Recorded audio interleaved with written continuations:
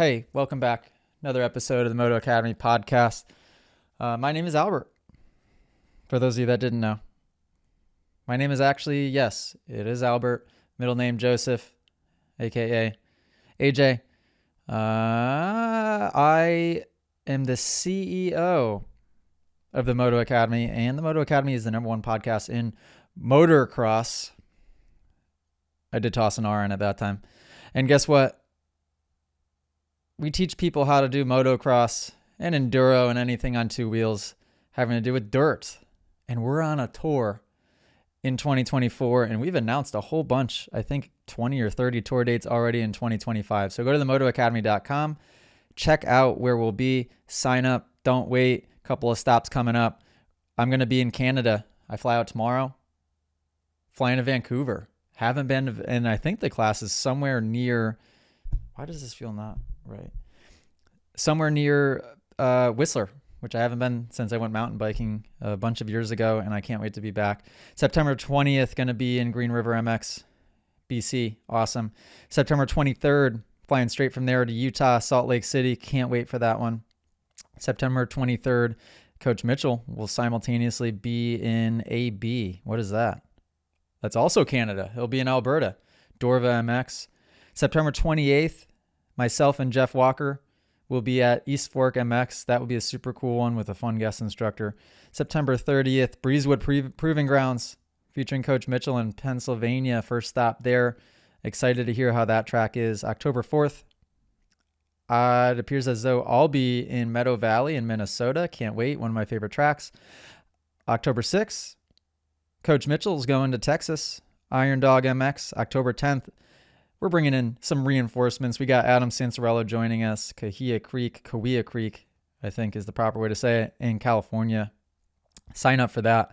That's going to be an absolute amazingly fun class, and I can't wait. October 18th, I'm going to be in Colorado, Thunder Valley. We got some epic tracks on the list. And the same day, Coach Mitchell is going to be October 18th, Field of Dreams in New Jersey. Also an epic track.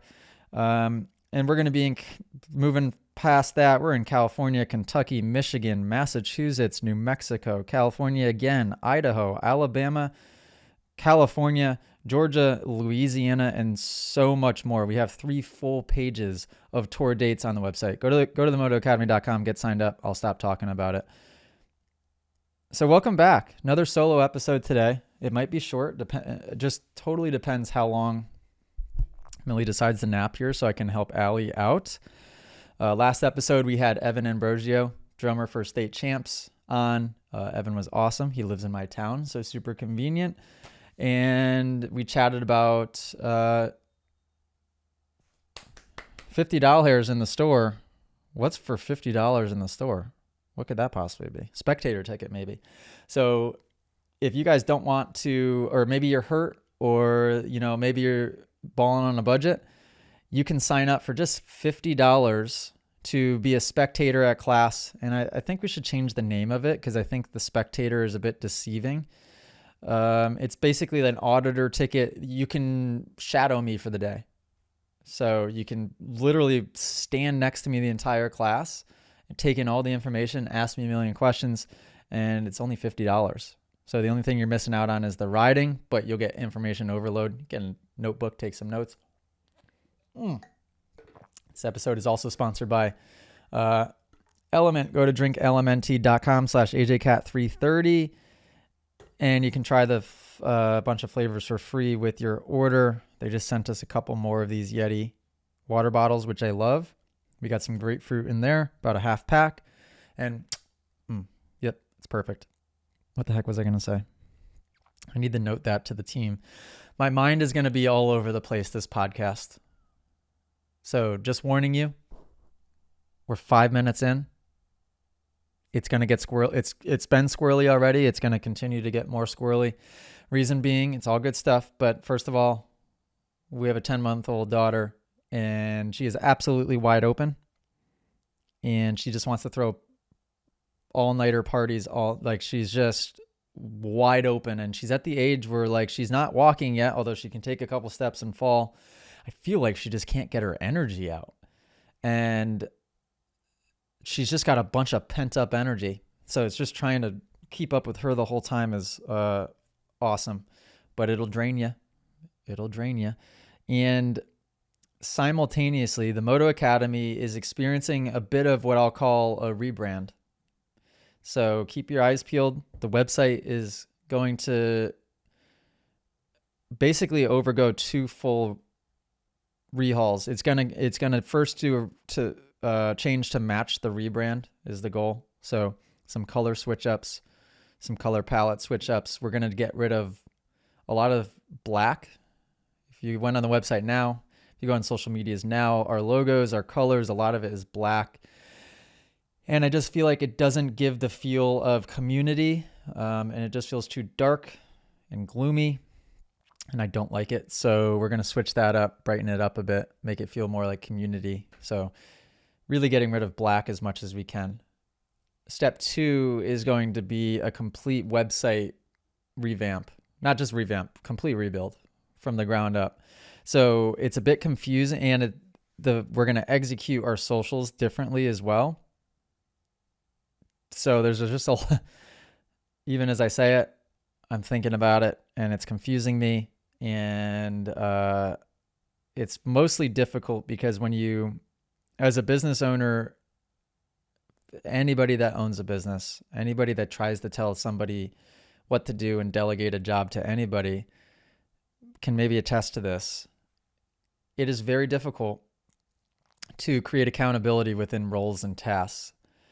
And when you do slight shifting of roles and tasks, it's very easy for accountability to get lost, because if it isn't crystal clear on this is being done and this person's name is attached to this thing and this person's name is attached to this thing, when you have a team of people, we have 8 to 10 and still don't know employees at Moto Academy. Let's do an even number and say 10. It might be less than that now. I think we've actually scaled it back by 1 or 2. It's easy for people to just maybe take a look around subconsciously and just think that the person next to them's got it. Or maybe this person will take care of it, or they'll figure it out. And next thing you know, everybody's doing the same thing and nothing gets figured out and nothing gets done. It's not really happening right now, but I get stressed out slightly. I'm going to slow myself down here in a second by just reading a page out of 7 Spiritual Laws of Success. Talk about jumping around. That's why you got to keep a book nearby. Just open it up. Nothing to do with what I was just talking about, but hey, maybe this will help us somehow. Anything that is of value in life only multiplies when it is given. That which doesn't multiply through giving is neither worth giving nor worth receiving. If through the act of giving you feel you have lost something, then the gift is not truly given and will not cause increase. If you give grudgingly, there is no energy behind that giving. It is the intention behind your giving and your receiving that is the most important thing. The intention should always be to create happiness for the giver and receiver, because happiness is life-supporting and life-sustaining and therefore generates increase. The return is directly proportional to the giving when it is unconditional and from the heart. That is why the act of giving has to be joyful. The frame of mind has to be one in which you feel joy in the very act of giving. Then the energy behind the giving increases many times over. Practicing the law of giving is actually very simple. If you want joy, give joy to others. If you want love, learn to give love. If you want attention and appreciation, learn to give attention and appreciation. If you want material affluence, aka money or things, help others to become materially affluent. In fact, the easiest way to get what you want is to help others get what they want. This principle works equally well for individuals, corporations, societies, and nations. If you want to be blessed with all the good things in life, learn to silently bless everyone with all the good things in life.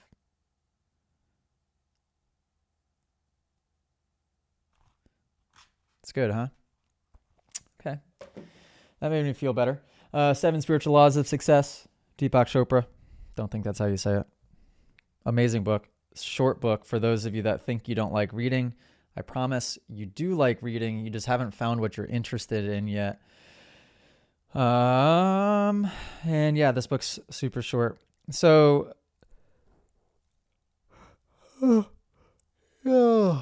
Ethan did us a favor. By the way, Ethan, I set up, editor's note, I set up my ring light over here, just out of frame of the camera. So I'm hoping, I don't know if it's, yeah, I feel like it's close enough to where it should be getting some light on this side of my face. So Ethan, let me know when you see this, send me a note. Does this look better than just that light? People watching has the, not the audio should be the same. Has the video looked better the last couple episodes? Because we've been making some tweaks. He's color grading it differently than we used to. We should be in a good spot. Ethan's been killing it. And if you've been liking our content lately, like AKA the past 2 weeks, Ethan has been taking over our socials, and so far so good. Shout out Ethan. And what he did for this episode to try and keep me on the rails is he's written down some topics. So a bit later in the episode, we're going to dive into podcast questions, and we're going to dive into Coaching Wanted. So I'll go through some of your guys' stuff inside of the Moto Academy app. If you're not in there, get in there, for gosh sakes. But he wrote down some topics, and we're going to talk about them a little bit here.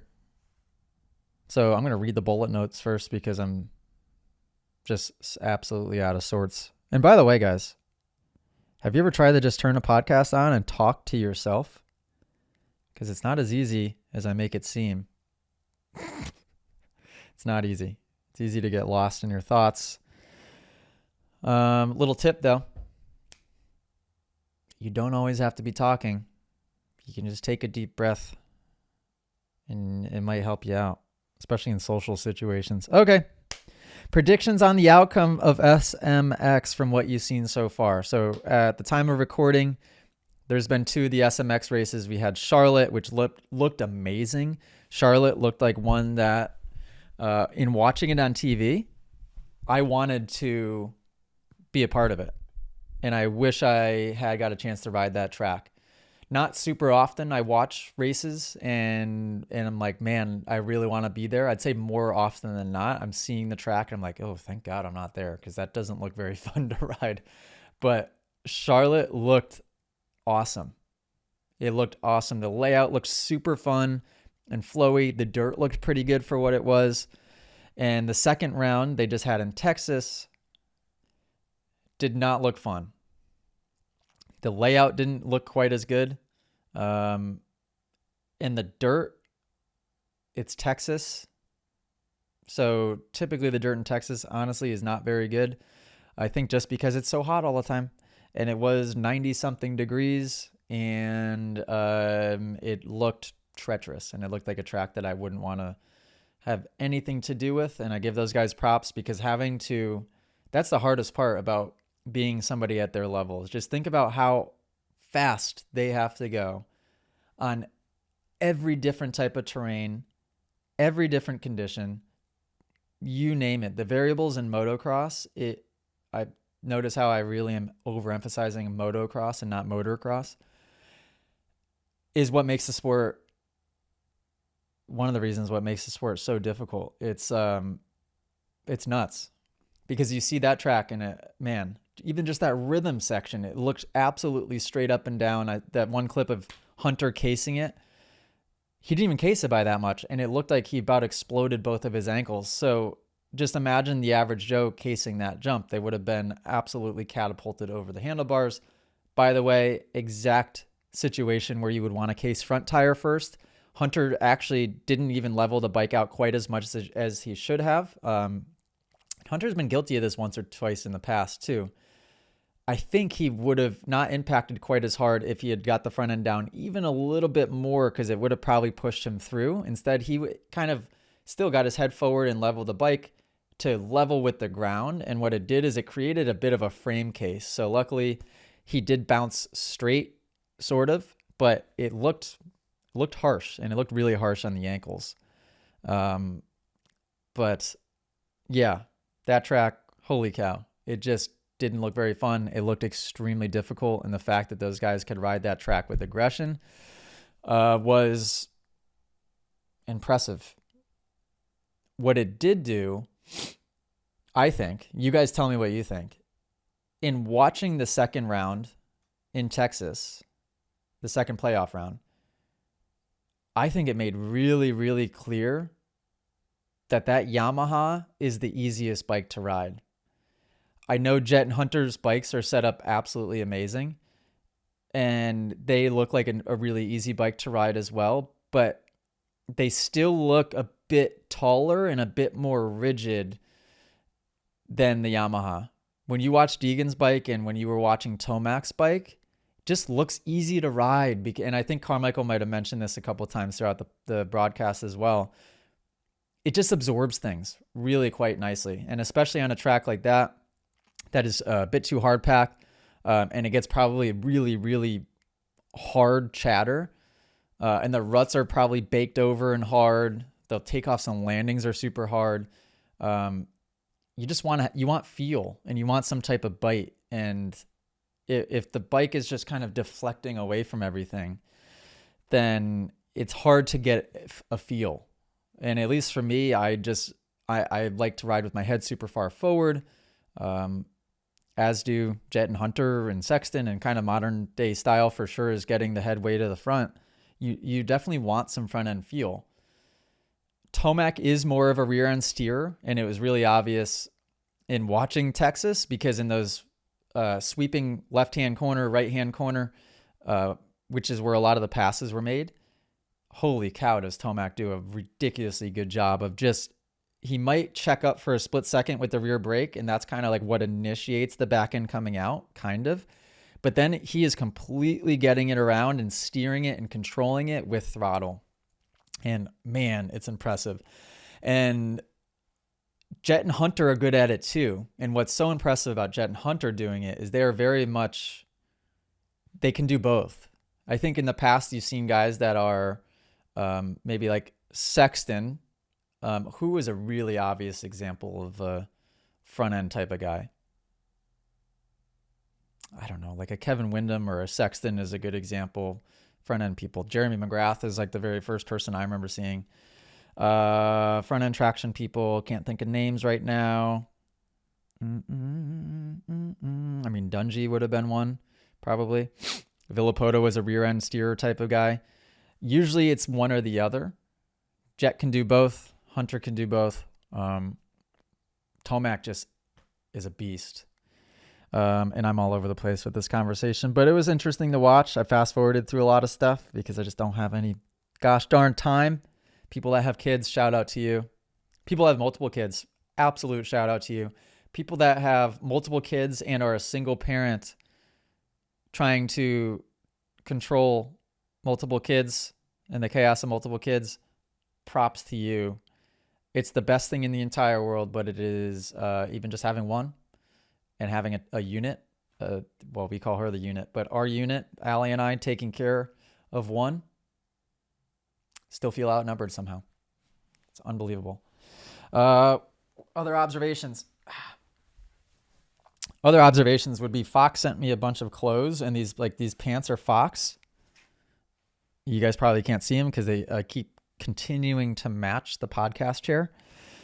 But Fox clothes are really nice now. This is a Fox shirt, really nice, super comfortable, wash well, dry well, and the fit is A-okay. Almost threw up. But Deegan is completely sick with it, and the confidence that he now has, I think confidence is a bad word, does not do justice. Deegan has complete, absolute, unwavering, definitive, infinite, what are other adjectives? Belief. Belief. He believes he's the best.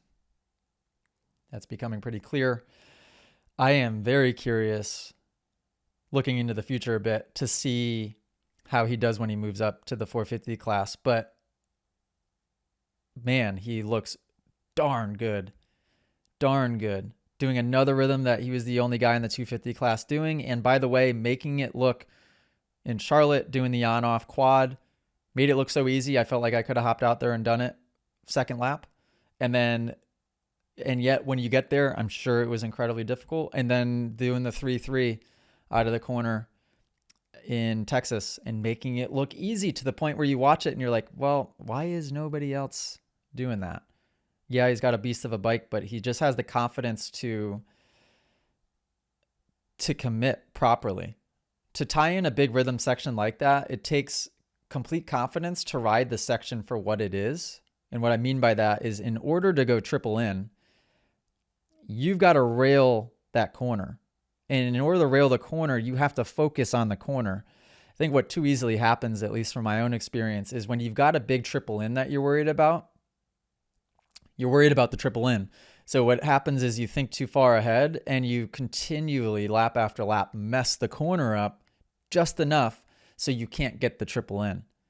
But a rider that is super confident and just riding the track one section at a time and flowing in flow is very present and just riding one section at a time, so that it just pieces together flawlessly. And that's what it looks like from Deegan. His technique is looking better and better. He's making fewer and fewer mistakes. As you have that level of belief, the starts come easier. You can tell he like gets good starts now out of like situations where he shouldn't have had a good start. And he rides more patiently because he kind of knows even if he doesn't get a good start, he's going to make his way up to the front. And in riding more patiently, you can stick to the game plan of having proper technique and not letting the technique go out the window. So, I mean, not really surprised or impressed by much because nothing really surprises me. But yeah, super impressive. Super impressive. Predictions for the final round in Vegas. This podcast will have come out. Yeah, before that. It'll come out this week. Deegan wins again. Don't see how that wouldn't happen. Especially because Vegas will probably be hard-packed and an awkward layout, I'm sure, which will lend itself to that Yamaha. The Yamaha looks amazing. I want one now, I think. And I'm going to talk about Yamaha here in a second, more in depth. And Tomac. What happened in third? Did I watch third? Wait, hang on a second. First moto. What happened in Texas? Jet won. Who won the first moto? It's all blending together now. Tomac. No, Hunter won the second moto. Jet got. Was that the second moto? Oh my God, I don't. Or was that the? That was the first moto. Oh my God, I don't think I ever watched the second moto, to be quite honest. Of Texas, I don't know. I really don't know. So I don't know what the points are, especially because it goes single, double, then triple points. Don't really care about that, to be quite honest. Individual race predictions.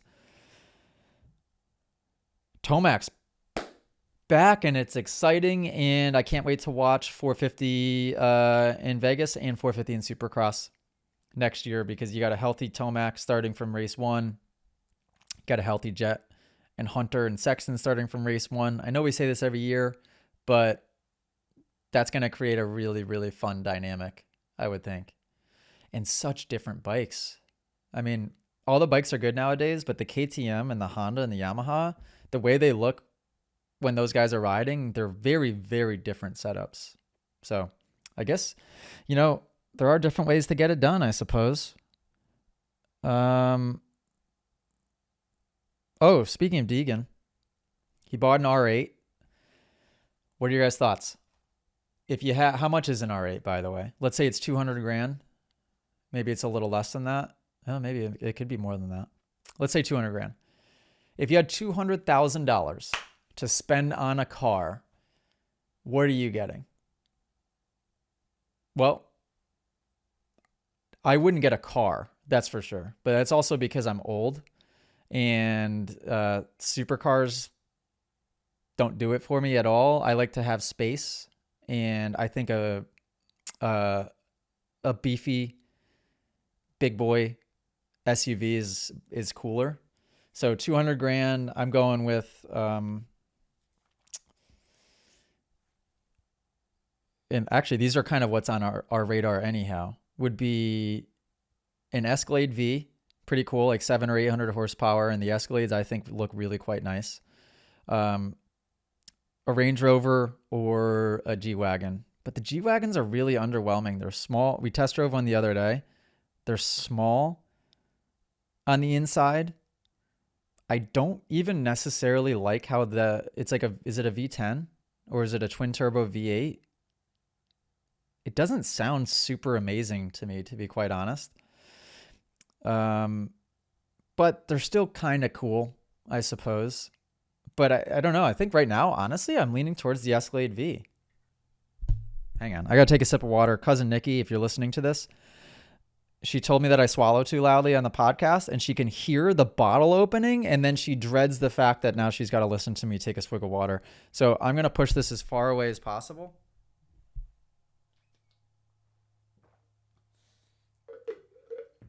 Oh, no. Just lost the cap. Okay, hopefully you guys didn't hear that. We're back. So 200 grand to spend on a car. I guess my answer right now at the moment is Cadillac Escalade V 2024. But what about you guys? I'd like to hear that. Deegan went with an R8. What's funny is when I was his age, I don't know how old he is, 18, 19. An R8 was my dream car as well. Something about Audi. Audi and Mercedes do a really good job of combining performance with interior. And let's face it, I'm an interior guy. That's why I got Alley a couple of years ago. Mercedes AMG GLE 53, which was a smaller, actually, and before that, she had a Porsche Macan, which we didn't have good luck with, but the same size SUV as that. So smaller, not a crossover size, but smaller SUV. Beautiful interior, all the technology that you would want, and also fast and sounded nice, not obnoxious, but sounded nice. And Audi's kind of got that same vibe. So I'd say good choice. I think the fact that he does a YouTube video around it, does an Instagram post around it, and flaunts it is awesome, because the sport needs that. It needs people leaning into their personalities. Deegan leans into the kind of the bad boy. I'm going to start trouble here and there if I need to. But guess what? It's sort of like McGregor style. I'm going to shake your hand and tell you good job when I need to, and when I feel it's appropriate. Very cool. Lean into that. Everybody needs to lean more into the character that they're playing a little bit more. The character that they're playing should be themselves, and just lean into and over-exaggerate yourself. I mean, you're a character on TV. Be yourself, but lean into it and really just own it. That's what I do with the Moto Academy, right? I lean into just being a dork. I am 0% affected by what anybody thinks by that. And it just allows me complete freedom to operate the way that I want. And first of all, it is a very good feeling, because I don't have to always be worried about what other people are thinking, because it doesn't matter. And when you get to that level, I wish that they all operated in that way. People take too much pressure and feel too much pressure from trying to abide by and appease everybody. And it's never going to happen. Do what's right for you. And if you at all care about leveling up the sport, I think the only way to level up the sport is to put more power in the hands of these riders and these riders' platforms, which Deegan has really been the best to ever do this, probably, right?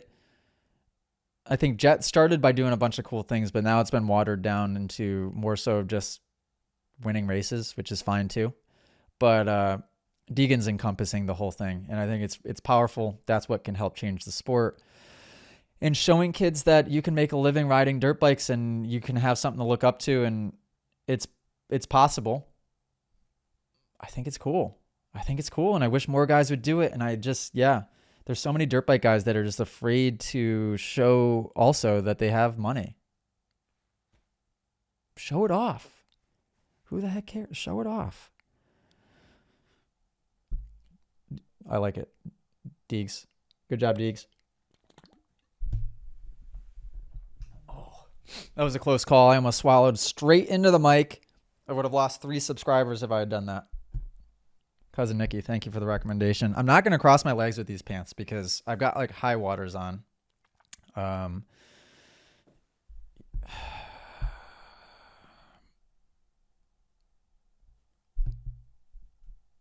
What's everybody up to?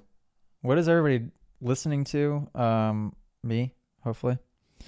What is everybody doing? Are we driving? Are we at work? Are we sitting in a podcast studio? Are we on a walk? Do more walks. I've been doing so much walking lately. Like I might as well be a 95-year-old person in a convalescent home. But walking is freaking great. Clears your mind and helps you come up with ideas. Albert Einstein used to go for walks all the time. So, trying to be more like Albert Einstein every day. Okay, on the topic of Deegan and Yamahas, we're going to talk about Yamahas. I think a YouTube video is coming out or has been put out, or I filmed it the other day. I was at class in a track called South Fork. Did I talk about this already? And riding, I rode another basically brand new 2024 YZ250F. I had ridden two already. I had rode Cameraman Cams and I had rode Matt Flood's, both completely stock, and I couldn't believe how slow they were. They were so, and typically I don't care about bikes being fast, but it was so slow that it ruined the riding experience a little bit. I just couldn't believe it. And so I dogged on them. The review is pretty low. We've got some videos out there of me reviewing those bikes. Yeah, pretty bad scores, deservingly so, and they just weren't good. I got a chance to, at South Fork, ride one that had an ECU that was done by Twisted Development. And Twisted Development is a company that does motor modifications and ECU modifications, or like specific mapping, I believe. And so Twisted Development, ECU, an airbox. I don't know if it was like a custom airbox deal or some type of aftermarket airbox, and a full FMF exhaust. And it might have had a mild race fuel in it, but it might have even been pumped. So nothing too extreme. I think he said it was like 2,500 to 3,000 worth of like those aftermarket parts put on there for performance. And the thing was absolutely next level good. It went from I don't know if I rated it probably in the 6s or a low 7 at absolute best. I'm pretty sure I rated this one a 9.8. It was one of the best 250s I've ever ridden. That chassis, which I loved, combined with the stock suspension in Yamaha, which I love. KYB suspension is so plush. It's like riding a couch. No stock bike has better suspension than the Yamaha. Argue me on that. You can't. Yamaha, and I'm not any type of bike guy, but I'm definitely didn't think I was a Yamaha guy. And the Yamaha stock suspension, amazing. The chassis, I love it. It feels great. If you get the right handlebar sweep, I don't think stock is the right one, but you can get a bar that makes you feel like you get the rider triangle pretty dialed, which is why I like the Honda. And then the power of that bike with those modifications. Holy moly. So good. So good. But the bummer is, you're spending all this money on a brand new bike. How many people out there realistically are going to go out and put $3,000 more into a bike that you've already paid $8,000 to $10,000 for? I don't know.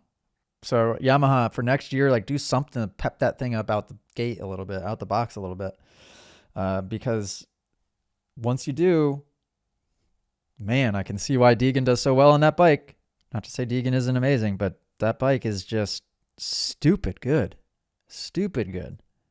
And yeah, hopefully that video, the GoPro video I did of it, does justice, because I had a blast on that. Shout out. Oh, he's in the app. What's his name in the app? Or maybe he's not in the app. Gosh darn it. Forget his first name. But thank you for letting me use the bike. All right. We're going right down the list here. Oh. Yeah, we had a post on socials the other day, me talking about whips a little bit. Throttle side. The way I describe whips to avoid confusion is throttle side down or clutch side down. And a lot of comments on that, and a lot of questions at class as well. As soon as I start talking about scrubbing, it's very common for people to tell me that they have one direction that they're more comfortable going and they can't do it the other way. And I don't know why that happens in the first place. My theory is just that I think people learn it one direction and then never learn it the other way. I really think it's as simple as that. I always think back to my basketball days where you form the movement of a shot, the movement of what it's like to put up a foul shot or to do a shot, and keeping the elbow kind of straight, using the wrist. Simple movement, right? But to do that with the left hand, if you're not comfortable with it, I mean, some people couldn't do that movement with the left hand until you just do it enough. Same thing like a right hand layup versus a left-handed layup. You've just got to practice the movement. I spent an entire morning one time when I was little at my grandma's house shooting a basketball into her futon with my left hand because I was horrible at left-handed layups and I had no control with my left hand. So I'm like, I got to just get a feel of the ball on my wrist, letting go of my wrist, something. And I just kept shooting the ball into the futon with my left hand. And all it took was that one day, a few hours in that one day to form muscle memory to where if you gave me a basketball right now, I could stand at the foul line and probably make right off the bat a left-handed foul shot. Not quite as pretty as a right-handed one would be, but not far off. So when you're talking left versus right scrubs, throttle side versus clutch side down scrubs, you've just got to take time to develop the weak side. Or if you're starting from scratch and learning and you don't know how to do a scrub yet, don't let the weak side form. Practice both equally, and it's just forming the muscle memory of both. The reason it's important to learn both is because every track in the flow of a track will call for you to need to scrub one way or the other on the jump. If it's coming out of a left-hand turn and going into a left-hand turn, you're going to want to scrub and whip clutch side down and vice versa, right? So, and scrubbing can be effective and necessary sometimes for C-class riders or vet class riders because a lot of times they don't want to be clearing all the jumps to the downside.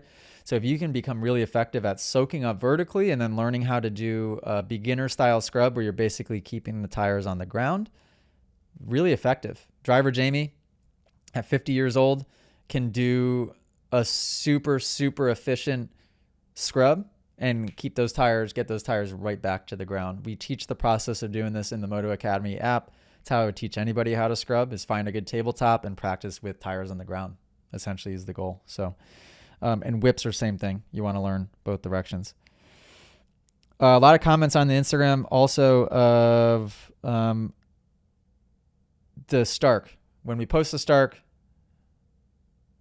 it creates a divide, but people I think are also curious, like, hey, what is the riding experience of that thing like specifically in the woods?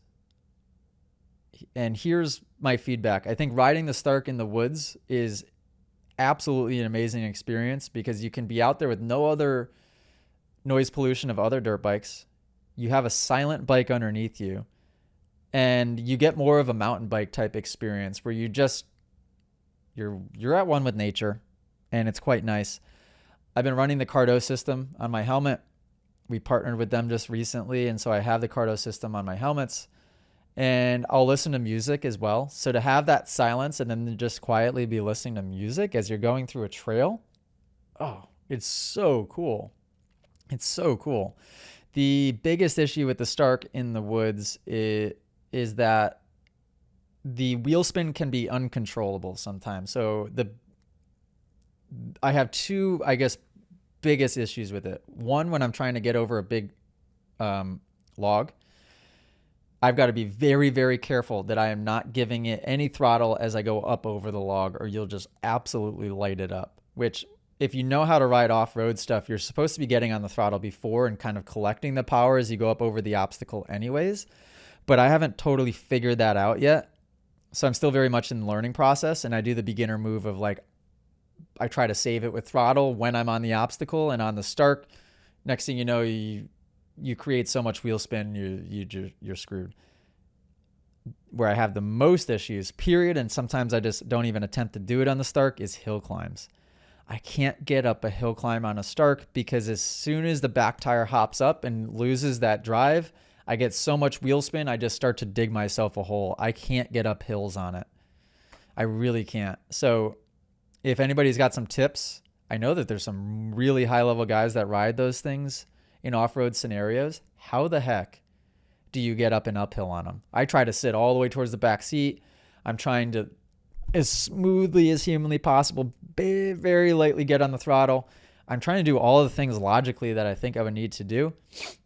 Still doesn't work. So, but beyond that, the flow of the Stark and single track, it's an extremely playful bike. You can hop over stuff and through things like you're like a bunny rabbit. I mean, it's insane. It's so much fun in that sense. And in the woods, at least from what I've found, it lasts forever because you could set it at 40 horsepower. You're barely on the throttle and 40 horsepower. You could go for, an hour or two from my experience. Alpinestar chest protector thingy. I can't wait for Fox to make this. I'm sure they've already been working on it. They have this Tech Air thing. It like balloons out, probably based on telemetry, just how the MotoGP guys, if they're going to crash, it knows, it expands. I will definitely be a person that is wearing something like that because if you guys know me and you've heard me talk about it before, I haven't really loved any chest protectors and I don't wear one. And that's a scary thing. The fact that all of this is exposed to handlebars and to things hitting you, you don't feel super safe. It's a bit scary to be that exposed. And I think that's the next natural evolution of the sport is like protect your insides with something that, knows when you're going to crash. Oh, shoot. That's next level. And it seems pretty obvious that would be something that everybody should wear. And what's nice is in this video of looking at that one, it looked as though it's not something that is really obtrusive or is going to affect and limit movement, which is usually the argument for knee braces and the argument for neck braces is a lot of times it limits movement so much and it affects, like with the knee braces, for example, how you would grip the bike and your feel for the bike. Or in the neck brace, a lot of people are like stuck like this and they can't look up at all, so they can't get into a proper attack position. I'm all for it. I think that's awesome. I know I'm jumping all over the place, but I'm just following these notes. Okay, and then he's got this. Rate this training technique. Texas Tornado MX. What is that? This is Van Martin. I know who Van Martin is. Cool. Colin Edwards. Isn't that the road bike person? Yeah, MotoGP. Oh, okay. Yep. I know this place. So I haven't been here before. Cool. I didn't know they had a motocross track. So this is a video of, looks like an 85er Super Mini. Let me click into it here again. Riding with a beach ball, like a blow up beach ball.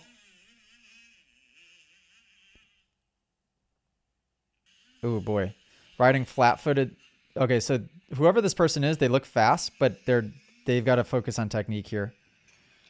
And I don't think their focus needs to be on where their vision is. I think their focus needs to be on footwork. So the purpose of that ball would be so that you look further ahead. I'm not typically one to say that these gimmicky things are the move because this is my strategy in trying to teach people.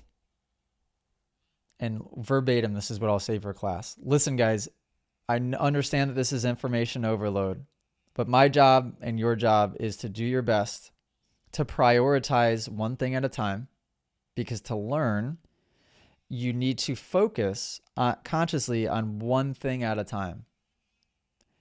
That's it.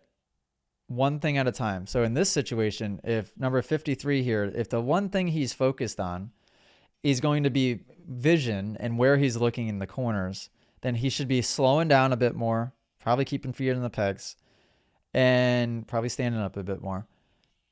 And just focused on those vision points. Okay, where am I looking when I'm entering the corner? Got it. All right, where am I looking when I exit the corner? Okay, got it. And forming that habit. You need to slow down to be able to do any of these things, because if you're trying to ride hard, all of it's going to go out the window. if you are trying to focus on too many things at once, also everything's going to go out the window. And if you're only focused on one thing at once, then why would you have the beach ball there? Because you should just have the accountability to look up. That's why somebody kind of asked me about taking the clutch off and the rear brake off. Should I do it? Should I waste my time doing it? And I'm like, well, no, because if you're doing a moto where you're doing no clutch and you can't not pull the clutch in, then what the heck are you doing out there? You're focused on other things. And so therefore, what was the purpose of you even assigning the drill in the first place? Pick one thing, focus on it. You shouldn't need a beach volleyball on your front number plate. I like the concept. This person seems like they've got potential, but they're rounded at the hips. Their knees are too far forward. They're riding flat-footed. So there's a whole slew of other things that is not this person's problem. And they need to fix those things first, and then they can worry about vision. Vision becomes more of a factor for the complete beginner. I mean, vision is extremely important. Don't get me wrong. And then as you're trying to like ramp up speed, and this person isn't ready to ramp up speed just yet, in my opinion. But hey, it made for a good Instagram clip because they got 37,000 likes, 188 comments, and 7,500 paper airplanes. Unbelievable. That's pretty darn good because they only have 5,000 followers. How many views did that get? Maybe we should, editors now, just start taping balls to people's front number plates. 996,000 views. Yep, it worked. It was worth it. Shout out. Texas Tornado. MX something or other. Cool. And by the way, and this is a shame, no other training place is going to be shouting me out. Very likely. What's this? Nothing like a fresh prepped SX track and a fresh set of whoops in the morning. Cool. So they've got all the tracks. The reason I'm not afraid to do that is because speaking of growing the sport, I think that it is very important for the more of these types of places that pop up, the better. And the more riders have opportunities to train with different people, the better.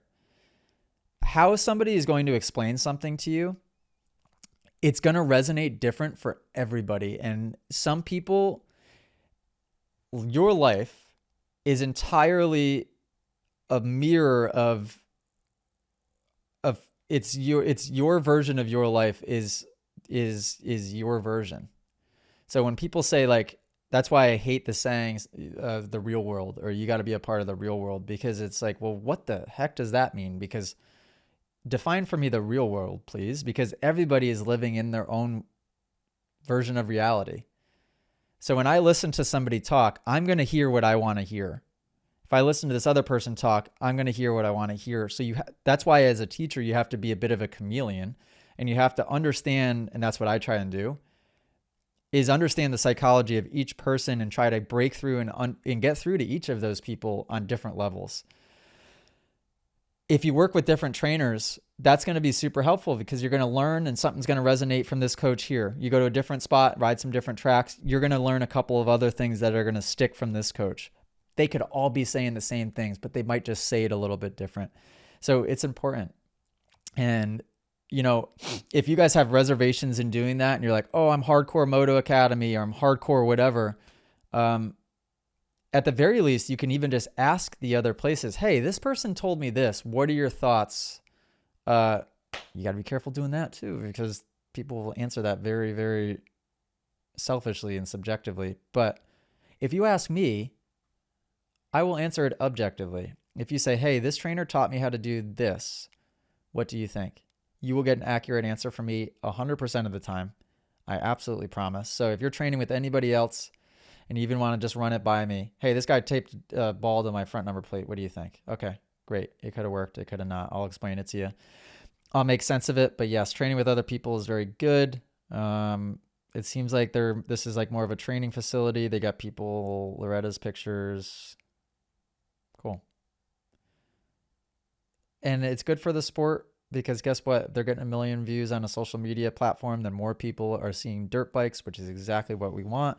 And our goal is to keep those people riding those dirt bikes and buying more of those dirt bikes and getting training in those dirt bikes and staying safe on those dirt bikes. Gosh darn it, it's important. And also, gosh darn it, I'm 50 minutes into this episode. So what I'm not going to get to is either podcast questions or, oh, maybe I will. I haven't heard any commotion upstairs yet. So let's dive into podcast questions. Let's see. Okay, I liked that one. I liked that one. I liked that one. Okay. I liked that one. I liked that one. Okay, so it looks like we're going to be beautiful. Starting out with none other than, I can't pick favorites, but my favorite Moto Academy member of all time, Premix Pops. Let's hear what he's got to say. Premix Hotlines, Premix Papa. Hey, AJ, real quick question. How does meditating and being still benefit a motocross, supercross racer? Thanks. Have I answered this? Posted 1 week ago. No, I wouldn't have answered that. Let me listen to the question one more time. Oh, the sound of the Premix hotline. Premix Hotlines, Premix Papa.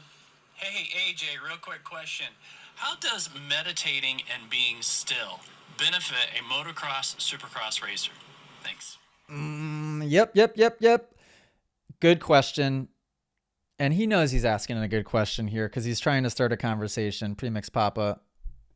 We love you, Premix Papa. Meditation and being still. I'll do a very quick definition of meditation to the best of my ability. Meditation is an activity to where you're taking the time to observe your own thoughts. And in doing so, the more you practice, let's see if I can explain this. So you have the 5 senses that everybody knows about, right? What are they? Smell, taste, touch, hearing.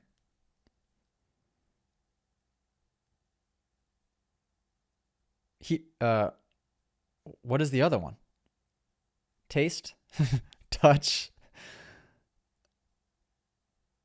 hearing.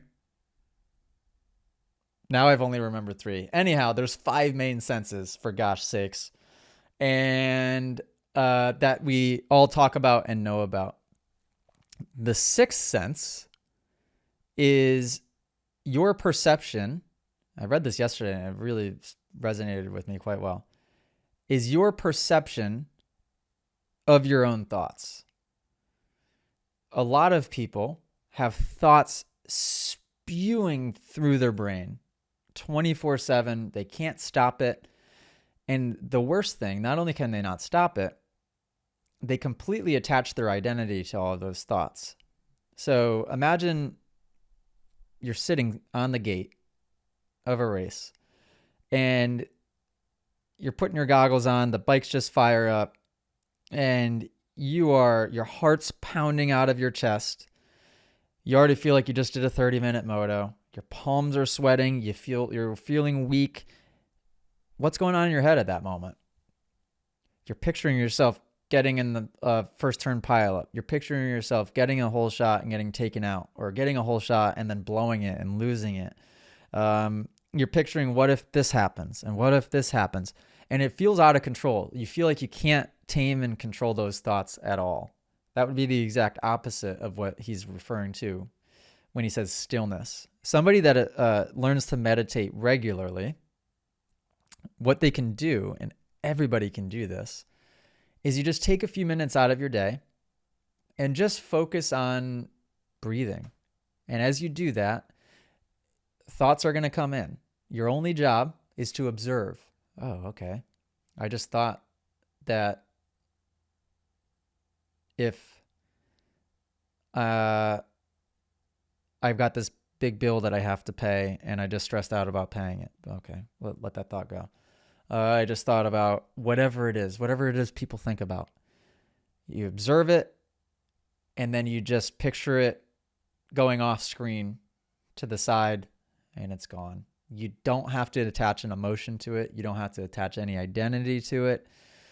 And what you'll find, and then you get back to your breath and try to refocus. You're going to be really bad at it at first.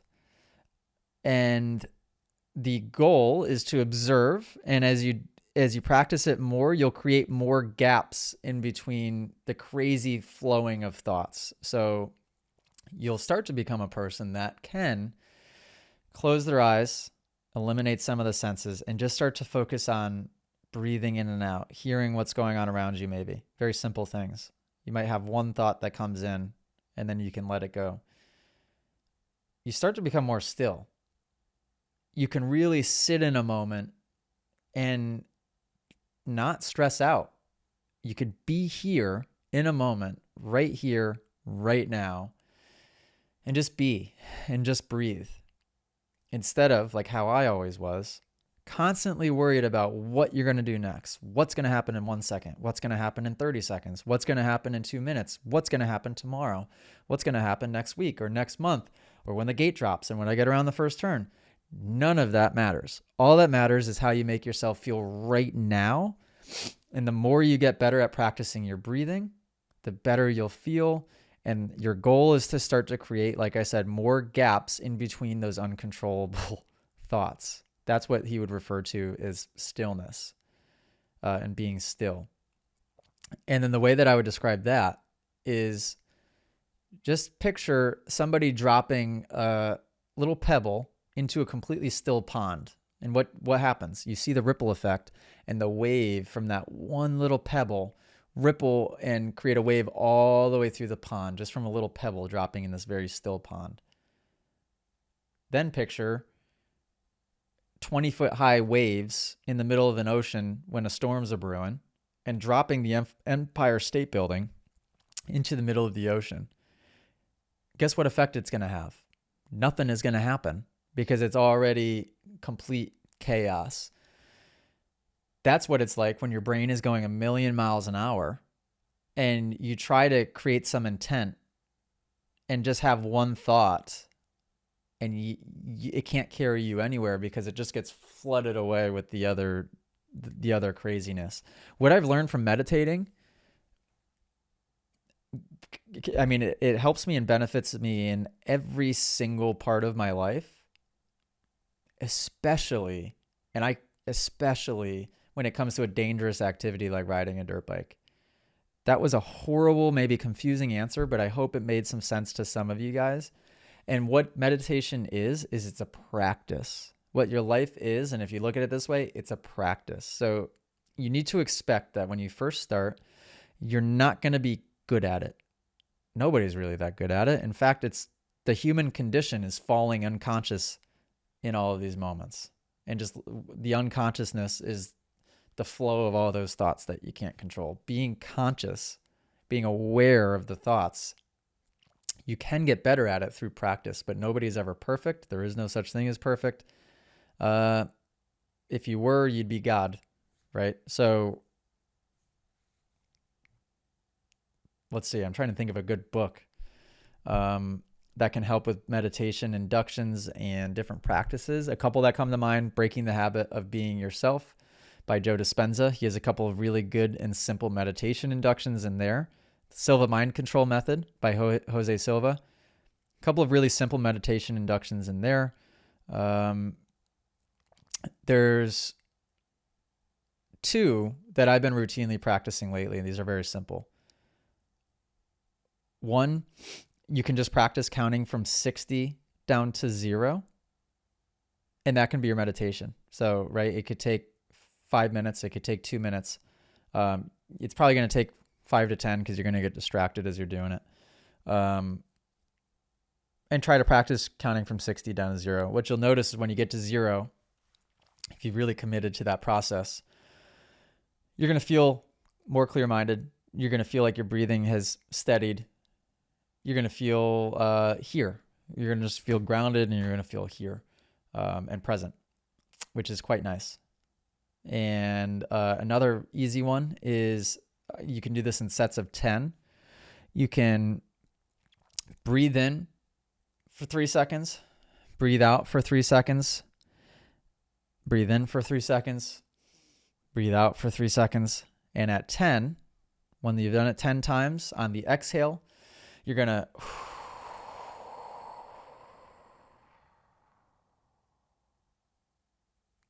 let your exhale out all the way until you think you got none left, and keep it going.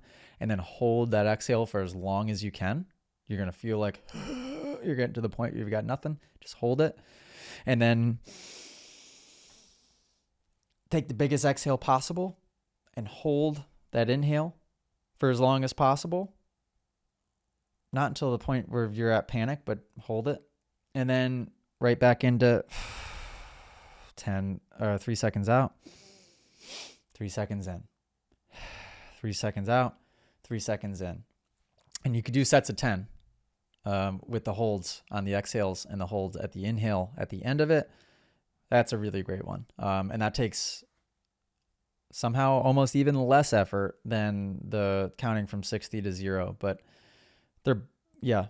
try it. Let me know what you think.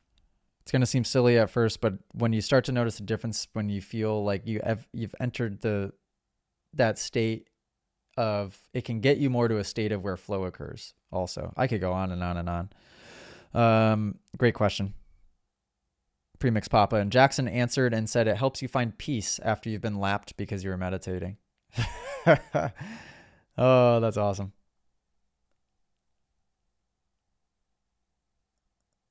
And Premix Papa goes, I've made my peace with getting lapped a long time ago. Amazing. Love that guy. Isaac Robertson. Hey, AJ, do you plan on racing Supercross this year? If so, what are your training plans? I think I've said this before. Ralph Eckert goes, he's racing, no choice in the matter. I don't plan to race again until I have my own facility and I can train at my own facility. That's the deal I made myself. I don't think I'm going to change my mind on that. So I don't think it's going to happen in time for this year. Miracles happen all the time, but as of now, we've got such a focus on rebrand, website rebuild, all of that. That's going to take us right into the new year.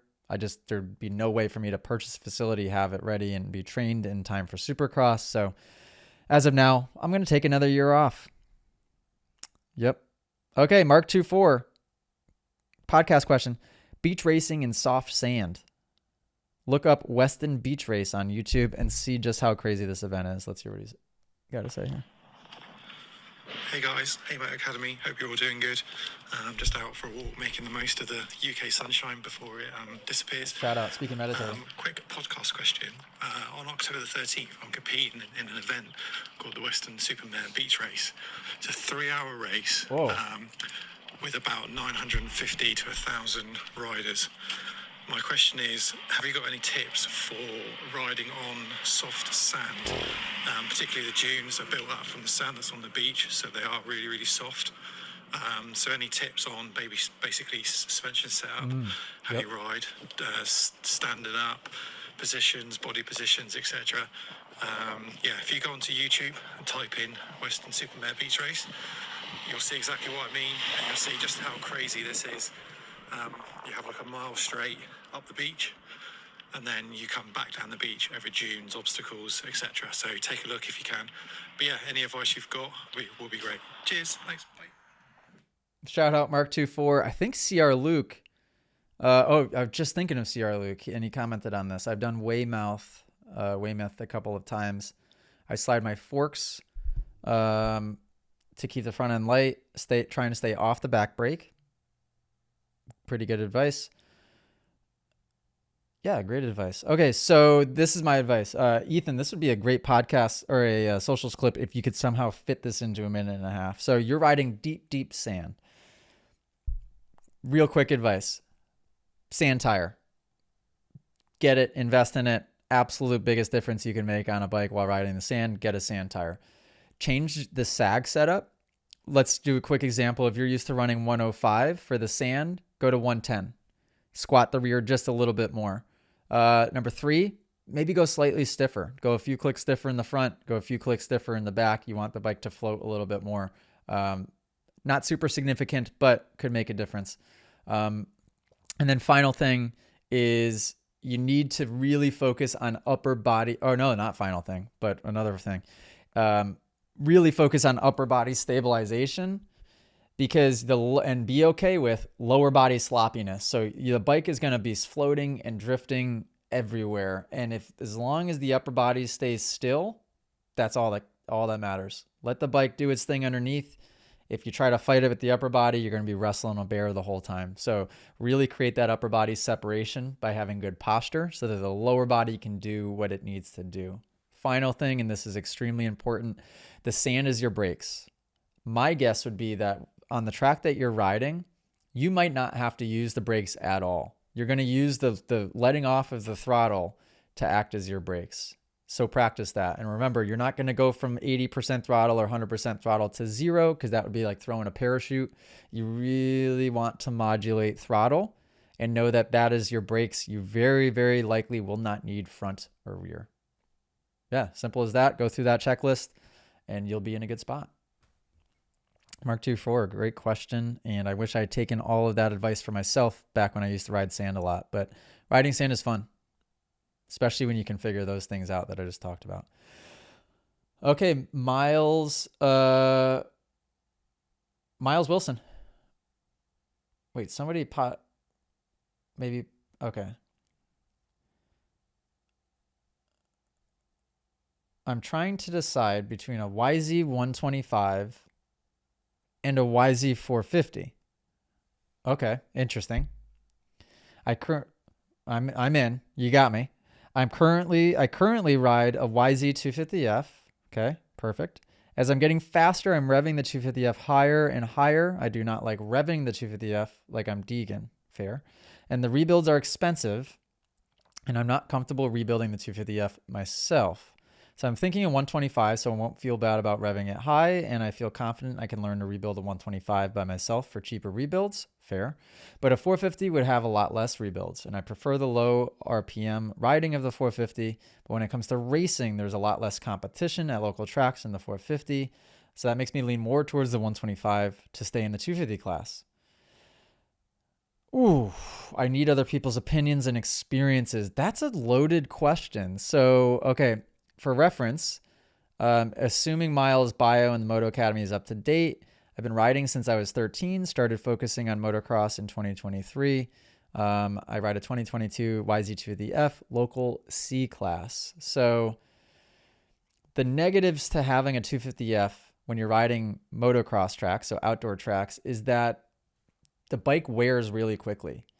And rebuilds can get expensive, especially if you're putting a lot of hours on a bike. If you're maintaining a 250F properly, you should be able to get, you would think at least 40 hours out of it before you do any type of rebuild. So that's quite a bit. A 125, I would say, is not the answer. I think it's going to force you to ride it too hard, which technique then can easily go out the window because you're more worried about riding the bike hard to get the power out of it. If you like that not being a rever, the 125 is definitely not going to be up your alley. And it's going to end up probably being equal or more expensive because you'll be doing rebuilds all the time.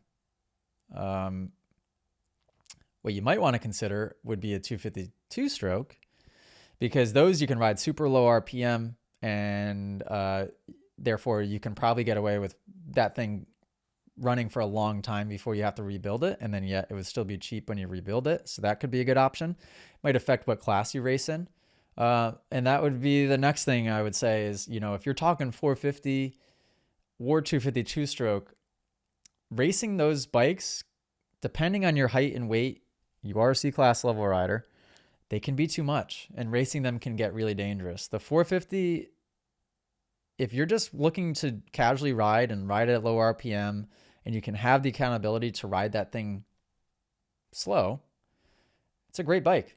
It'll last forever, because you just don't have to ride it that hard. I mean, shoot, you could put 100 hours probably on a 450 and not have to do a top end. Where it gets dicey is when you get thrown into a race environment and you're trying to go fast on a 450 is when people really get themselves messed up because it's just straight up too much power in a lot of situations. Me personally, when I ride outdoors, I do it on a 450 because a 250, I would wear the crap out of it too quickly.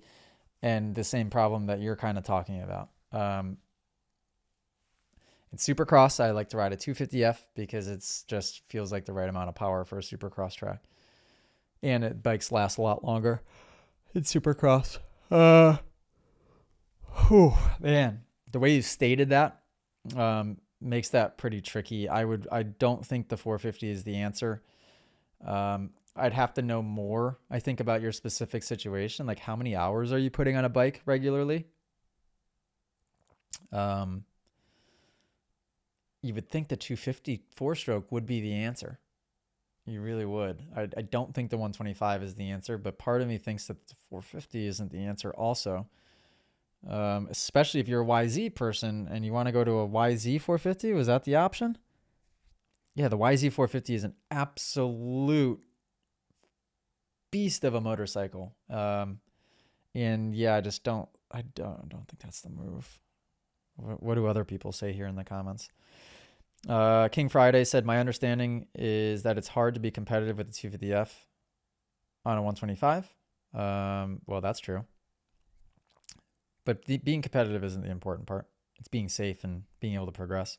Looped Out Leatherman, YZ 250 2-stroke is the answer, I believe, for what you're looking for. Okay. 125 is fun to ride, but for racing, you would be at a huge disadvantage against 250 4-strokes. Miles said I might consider a YZ 250 instead of 125, but I've heard you can race a 250 2-stroke in the 250 class in amateur. Is that true for Loretta's? I don't think it's true anymore. You used to be able to. Yes, it is legal for the 250 class at Loretta's, said Looped Out Leatherman. Okay. Just responded in a podcast. Watch next episode. Okay, not that this is going to be any help, but hey, at least it makes him think about it. Makes you think about it a little bit more, Miles. Send me a direct message. Let's talk about it a bit more. I'll try to help guide you. But yeah, you've got me a bit stumped. I'm kind of in this, not a similar situation, but right now I've got 3 Starks and I've got 2 KDX 200s. Life's weird, huh? How did we get here? It is Wednesday, September 18th, 2024. I'm a professional dirt bike rider, owner of the Moto Academy, and somehow, some way, I've got 3 electric dirt bikes that are the same, and I've got 2 1990 KDX 200s, and that's it. So, hey, you guys have chose to listen to my stuff and follow me. Maybe these people got a point when they say I'm delusional. Wow, I remembered last second there to swallow away from the mic. Cousin Nikki, if you're listening to this, woof, that was an awfully close call. An hour and 13 minutes in. Nobody's listening anymore. I still don't hear noise upstairs. So guess what? I'm going to keep going. And I'm going to dive into a Coaching Wanted segment as soon as I go to the bathroom. After a break from your sponsors, I will be right back.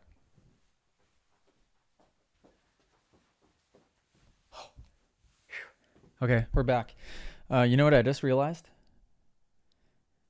I have a really bad habit of not looking in the mirror ever, but not before I get on a podcast. So I need to start remembering to do that because I forget the fact that depending on how many views all the clips get, I mean, hundreds of thousands of people could be seeing however I look.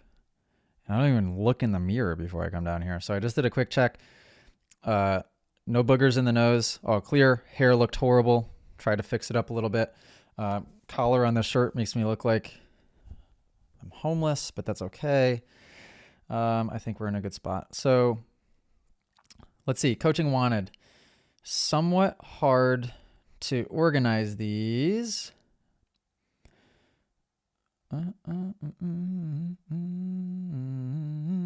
Okay, we're going to start with editor's note here. I'm going to start with Will R117. I am sorting by newest. So if you scroll down about a scroll and a half, you'll see Will R117. I'm going to go back up to the top from there, Ethan. So hopefully that helps you out. Oops. Okay, Will R17. And what I'm going to do for those of you listening is I'm going to do quick intros for each so that these can be clipped on socials. So bear with me if you're like, why is he introing each of these? Coaching Wanted segment inside the Moto Academy app. We've got Will R117 working on scrubs today. My scrubs seem really slow. I think I need to give the bike a fast twitch instead of just leaning on the face. Holy cow, that's loud. Okay, let's play that over once or twice here. I've been working scrubs with a lot of people lately, by the way. So when you watch Will in this clip, very common mistake in that two things. One, the movement is done too late. So all of a scrub is done on a jump face, and you have to remember that. If the scrub is done in the air, that's what we kind of refer to as a butt whip. Second thing that you're doing in this clip is you're doing a lot of arm movement. And unlike what Spencer Wilton said in our Instagram clip, the scrub is not really done with the arms. It's done with the hips and the knees. So this looks like an okay jump to practice on, but you want to be doing the hip and the knee snap quicker. The quicker you can do it, the quicker the bike will come back upright and at the top of the jump face, not in the air. Practice the movement though. If you don't have it dialed yet, go to a tabletop. This one, you can't really roll it super well. Find one that you can roll and just do that movement, that quick twitch of a scrub on a tabletop, and stop trying to do more of like, this would be like almost a whip attempt, which isn't going to do you much good. So yeah, hopefully that helps. Going up from there, we got Ezra Tate. What do we think of this line? Let's check it out.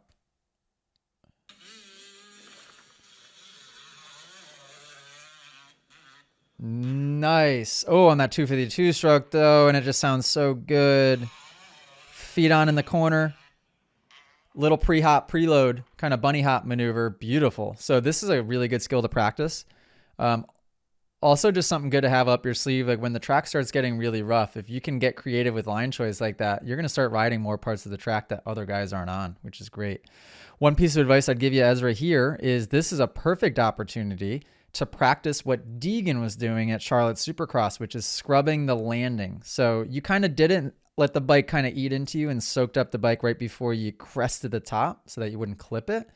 The next step of progression here is you can twitch the bike with your hips and your knees, and the arms will follow right before you land. So it's the same exact movement you would do on a jump face, but you're doing it midair right before you land. And the purpose is to try to get the rear tire just off to the side and out of the way enough so it doesn't get hung up on the steepness of the landing. And so you could catch the backside. So if editor's note, play the Deegan clip, you can watch how he does this. It allows him to get in the pocket so he could actually get the suspension rebound to quad after it and also just get the power to the ground.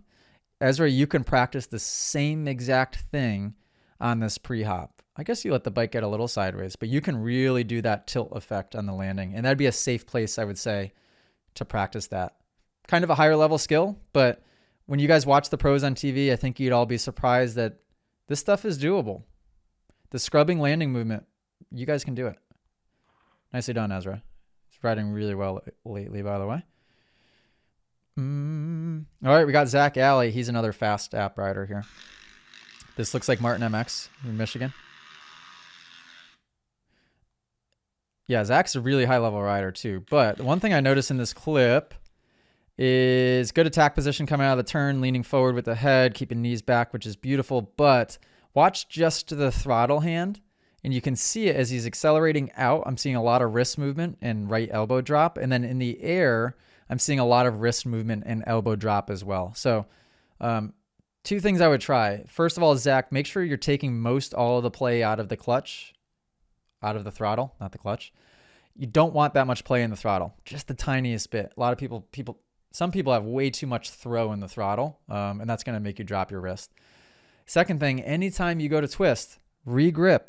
Grab from a forward position and twist the throttle from that regrip position. That will help keep your elbow up under acceleration.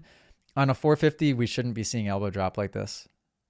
That's something I'm guilty of as well. So just focus on that. I know it's annoying because you get to certain levels and you're like, I shouldn't have to worry about these things, but hey, we're always fine tuning. We are always fine tuning. All right. Oh, here we go. We got Two Smoke Tony. I've never actually had someone really record me until today. I'm sitting too early and my foot is useless. And I should probably stand, or is it just keep it on the pegs? Anything else to point out? So first of all, good job being able to recognize your own riding. That's why having film is so important.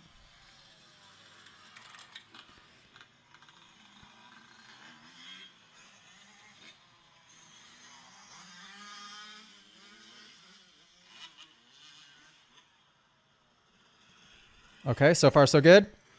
Around the left-hander, now coming back towards the camera here. How are we looking? Okay, so coming past the camera, for sure want to be a gear higher than that. You're letting the bike kind of rev in a gear too low. The biggest problem I honestly see in this clip, first of all, leave the feet on. You don't have to put the foot out in those types of corners. It's just going to add extra movement. But Two Smoke Tony, what you really need to focus on is correct posture when you sit. You're sitting too far back on the seat, and therefore it's creating this little bit of a slouch because you're trying to get your head forward. And that's going to create like a full body wiggle and roll, which is going to make any small mistake feel big. Slide your butt forward and sit with better posture, straight up and down, tight abs, and then you can let the bike wiggle without your chest and your head moving. So if the bike wants to wash out, cross rut, you need to lean it a little bit more, whatever it is, you can do all that without moving the upper body. Instead of where you are, you're kind of a bit more like this, which now it's just head movement galore. I mean, your head's going absolutely all over the place. Not that yours was, but I'm saying if you sit that way, it will. I love doing this stuff. I love reviewing clips. Okay, I got to make sure I'm liking these as I go so I don't forget to actually answer them here. All right, Kyle 17, trying this new roller to roller jump. I think that's what it's called. LOL. Any tips on how to make it a little further? Okay, I also think Kyle is kind of fast. Let's see.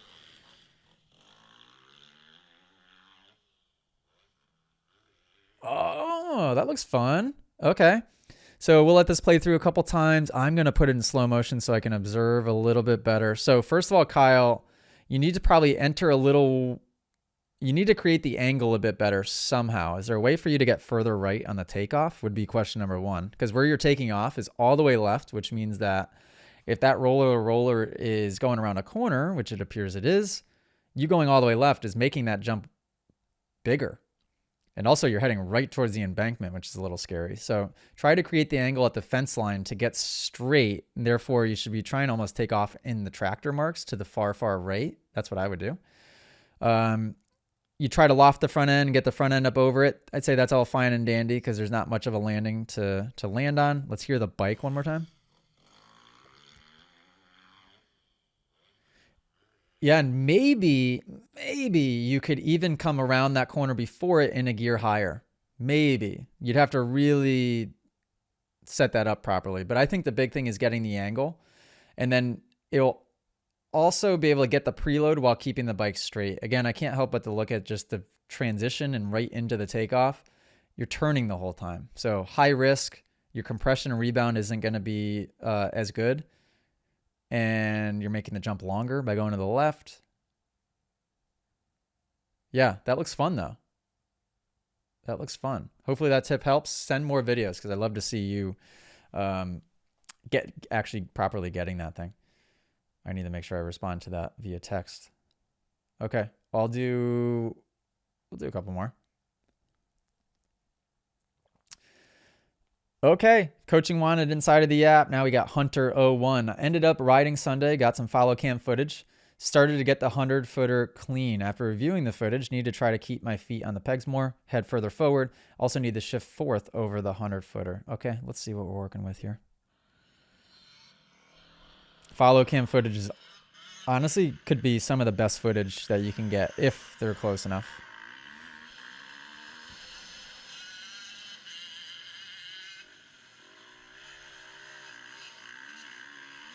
Cam's a little too far behind at the moment, but hopefully it gets closer. This is Tomahawk MX. Dirt looks absolutely prime time.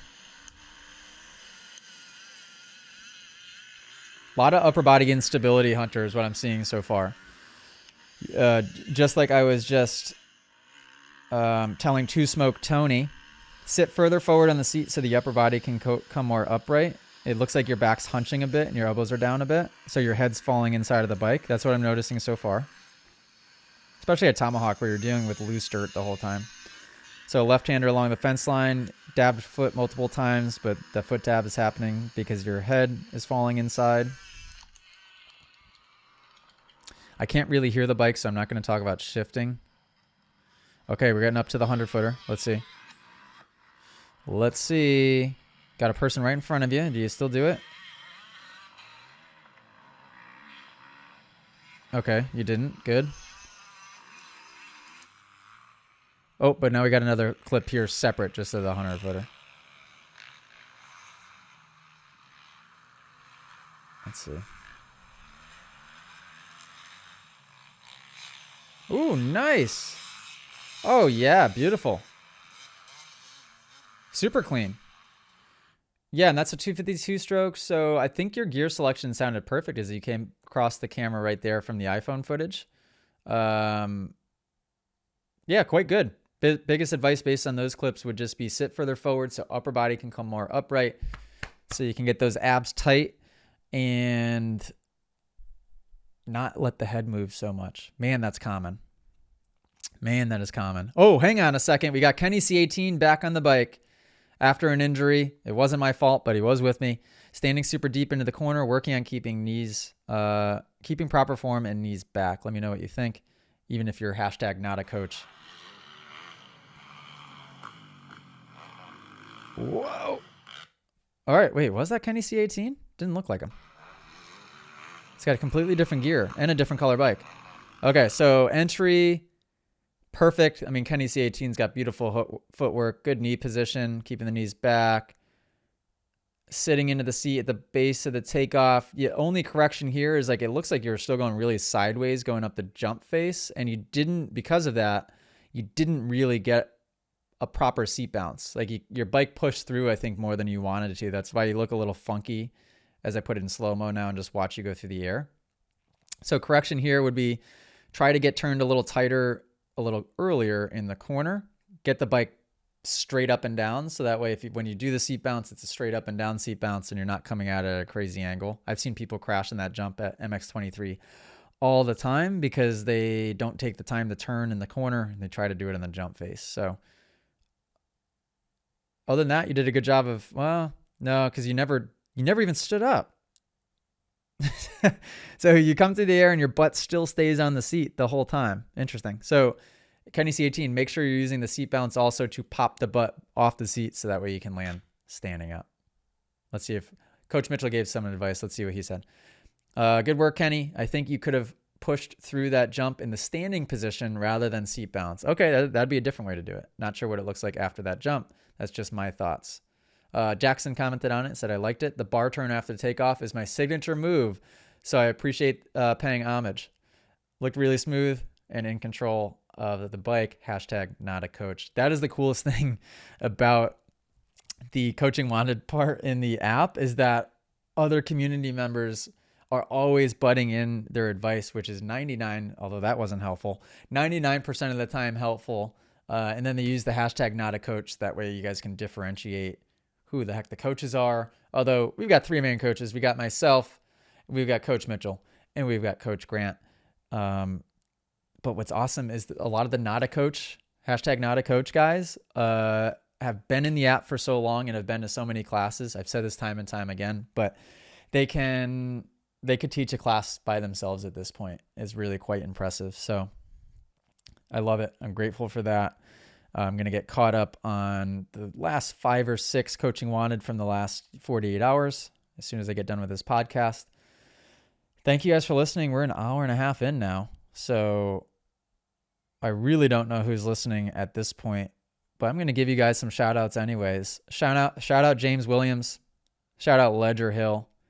Shout out Ezra Tate.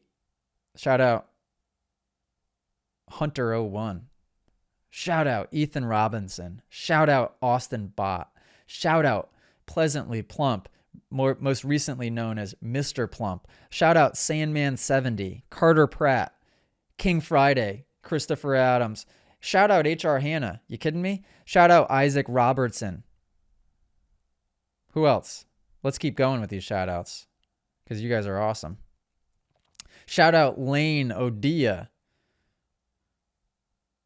Shout out JS621, keeping us rolling with those daily polls. Let's give that a like. Shout out Ali Crivello. This was my first time back on the bike since TMA summer camp. That's awesome. Glad to see you back on the bike. Hope Dad's feeling great and getting healthy. Shout out Wade Stew. Shout out Moto. He just bought a season's pass this morning. I saw that roll through. So that means we're going to be seeing a whole lot of Moto. He won a trip last year. Shout out to my fiance for buying me a season's pass. Oh, did I spoil his surprise? I hope not. Oh, crap. Oh, I'll feel bad if I ruin that surprise. Whoopsie daisy. Moto, let me know. Did I ruin that? Oh, no. I'm the worst. Shout out driver Jamie. Hang on, my KDX is in the background here. He's got a Tech Tip Tuesday. Today, I'm going to save you a little bit of money. Okay. Whether it be an 8mm or a 10mm wrench, this is something you're going to want to do every ride, either before or after. Oh, he's getting good at these. these. Going through a nut and bolt check, but I found out at the track today, so the bike's a little bit dirty, that we don't check every nut and bolt because somebody came up to me and asked me to help them. Here's an important one. Your shifter.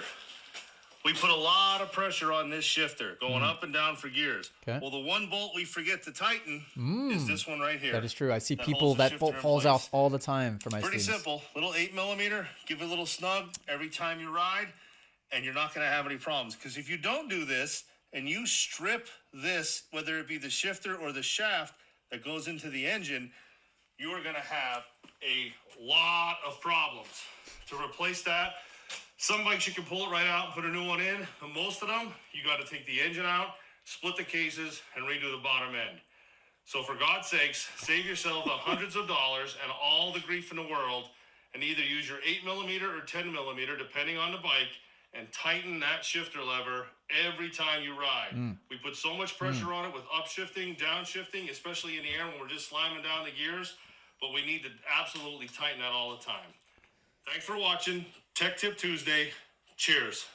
Shout out driver Jamie. Looking fit, by the way. Hang on, I got to comment on this really quick. Can I leave a voice note? Don't know how my own app works.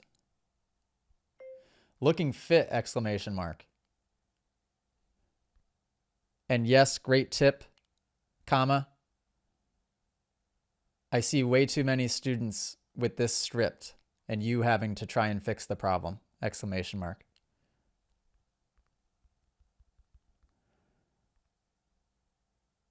Shout out driver Jamie.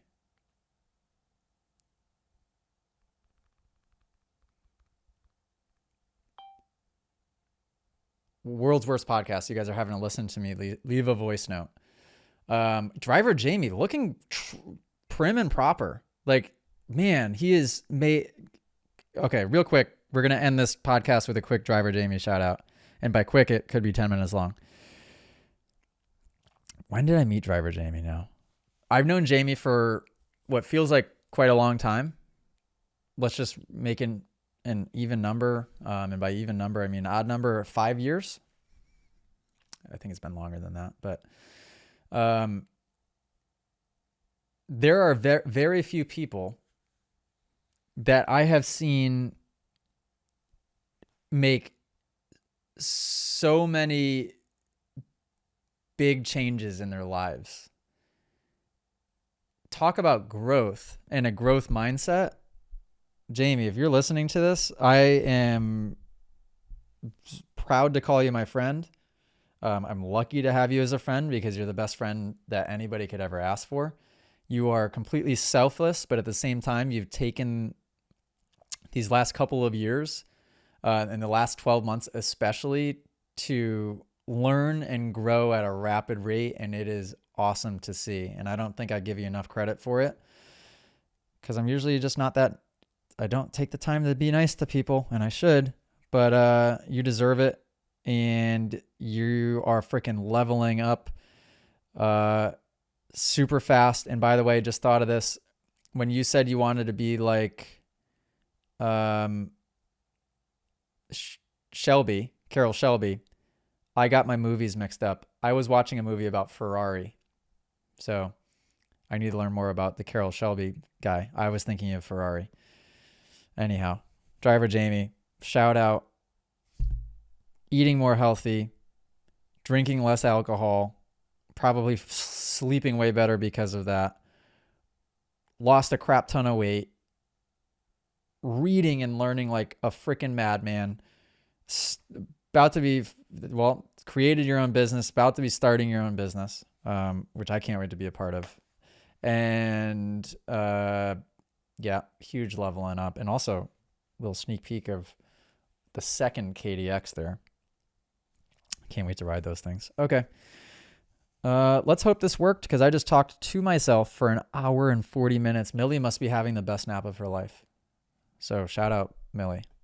Shout out Allie. Probably got trapped up there because Millie fell asleep on top of her, and Allie is trapped as we speak. So shout out Allie for getting trapped. Moto Academy podcast, the number one podcast in motocross. Thank you guys for listening. I'm going to go hop in Slack and get some work done. You guys are the absolute best. Toodaloo.